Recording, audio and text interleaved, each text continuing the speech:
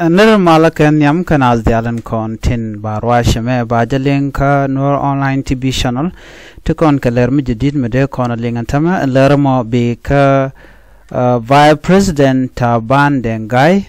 bana jomo bana je kwenkel ka do badanen che raje me che delat keja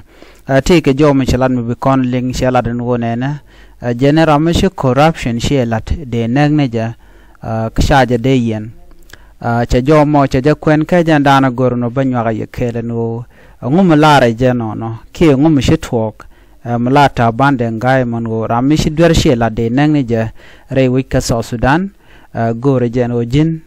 bilarme binyo nasin ko ken mi jiram jidit ka no online TV channel ka jan gwasme gore jeno jin der subscribe kade notification bell der je twang ko jan do badana bi channel me bi je support keja bana lere shalat gwasme bana je link man shalat tabande ngai ngum lara je ke jamon go jenina idde ramimo mishi dwar shelat ki mishi kwal de janak so chaje la de tabande ngai jenina de fire squad de jere aleka fire squad ke dinin kon tin la ramishi dwerlat nakeken baje barne amne ne dial ke dwer dana chalat ko baje ne dial kene dial to yom chiken nen yo dong chira mo che dwer che de le nyok me le de shit kemen chaje la ramo mo ajen do badana la fire squad la jarial ke keje ere ler kana me jawon chalat tabande nga ajen gormon wo banyo ga yekel ko sharwach redulka mesha dol rewe ke juba che churaiten so bana jelinkel en jodan larna moja atabande ngai aramkel mi ke figa ki ramdit re kum sa Sudan naka gwase dan general kel kes fele ayo pin Dr. Riek Machar menime shabijen ke 2016 gwade dan chikor yo tok rewe ke juba menime she gwa Dr. Machar choja kana la vice president ku Dr. Machar ku vice president ko ele benjek nyoka jek karon kina dangra widwal badeg me kwa peace agreement kwa jela sign so jan do be dan e show chwa vice president Dr. Machar ka chu point and tamande ngaiba show ngot rei kwarmenteten la vice president jan do be dan me chike me yadi de gujino shine wan chike matcho vice president yo kwany kajelere me chijan roy kon kuide baro biya background men chuba vice president biya jangat kalere me jowdana shalat awate ke dol mishadul ka kui karaba kare wi ke juba awate ga ne te kwal ke karabe ala company men chal ke jetco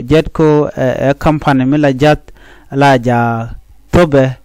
so shi jat la karaba la ja nywa ke ji so Sudan diare wi ke juba alo mishi dor mi chaje gone ke bi yo bi ke yorpin no wate gane de share jekte la meter la jat mel amen la karab kula kwen no ci karaba je kwen wate ne la ja jam kene de la ja gorno chicken ci meter ci bi kwen wane to ka de tenere company ka batila lat alo jene yo to shop ke $8 million bat ke re company ka mashal ke jetco ajane entame men bu kon lang ko bana corruption bana je kula kapchong gor kono de fire squad de jeri alaka rami mo shi dwer shi la de chwana kane je ko shirada de na de la shep eno take dungra din mo kwale ki bu corruption daror sho kapchong ka jan gwasa mo che jo mo che jakwen so mo kon ko kane di shop ko de shi corrupore wi ka so Sudan bana je gano bol melteten cha corrupt bol mel jen vice president dio je shajen no shajen list cha shure shajen list kan konen chi corrupt ko so Sudan akume US ke kumt ko ken so cha job me cha je kwen Michael McQueen was bo cha corrupt kan konen sham ka yu amene ne to wan pan so kujimo min la je tabande ngai no ba ne diality de na ka fire squad de je kontung na re kuma ka ko official ki MPs ni tin kontila top government official there kul go pin ko corruption to ga nan yal cho kul wo ka milere pin so chelar no muwe kana sha ne de ti sha ka tish ka chamdanen cham kana yo sa Sudan ki resource ni ka dop chwer ka we dan she boga so kujamo men bu kon long o de fire squad de jeri alaka mi bina beken ka chwana mi ci dwar shi je duire ka kwi yone ke shi corrupt ajen jo dana che kwen ta bande ngai na mo ajen dana gore ben go dong de nywaga yekel mi jiram jedit kan online tv channel gore jen o jen subscribe ka bi notification be albe jetwan ka lar share bo gwasmo mi men shala ta bande ngai mi gwaye alo de fire squad de jeri alaka tel tibana nak ne ti korap min ne garping gwasmo an biya ta kama bye bye